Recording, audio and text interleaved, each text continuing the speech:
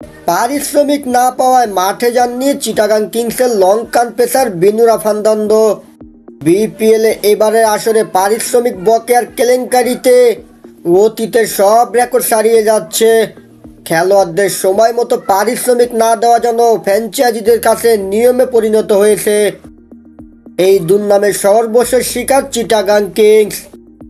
Sri Lankan cricketer Binura ফার্নান্দোর পারিশ্রমিক না পাওয়া দলের সঙ্গে মাঠেই যাননি। বুধবার জোহর আহমেদ চৌধুরী স্টেডিয়ামে ঢাকা ক্যাপিটালসের বিপক্ষে চিটাগাং কিংসের ম্যাচে 15 সদস্যের স্কোয়াডে তার নাম রাখা হয়নি। বিভিন্ন গণমাধ্যমের সূত্রে জানা গেছে, পারিশ্রমিক না পাওয়ার প্রতিবাদে বিনুরা ফার্নান্দো মাঠে না যাওয়ার সিদ্ধান্ত নেন। এবারে বিপিএলে এখন পর্যন্ত 3টি ম্যাচ খেলেছেন লঙ্কান এই পেসার।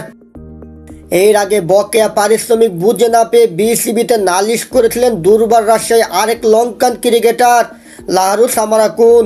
সেই ঘটনার রেশ না কাটতে এবার বিনুরার কাণ্ড, যা বিপিএলের ব্যবস্থাপনা এবং মান নিয়ে ফের প্রশ্ন তুলে।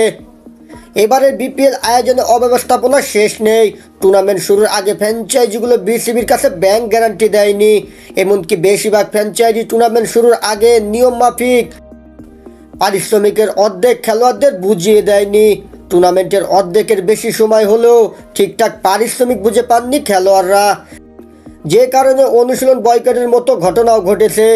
চট্টগ্রাম পর্বের শুরুতে বকেয়া পারিশ্রমিকের জন্য বিদ্রোহ করেছিল দুর্বার রাজশাহীর স্থানীয় খেলোয়াড়রা। চুক্তিতে প্রাপ্য পারিশ্রমিকের 1 টাকা হাতে না পাওয়ায় তারা অনুশীলন বয়কট করেছিল। বিসিবির হস্তক্ষেপে শেষ পর্যন্ত সেই সমস্যার সমাধান হয়।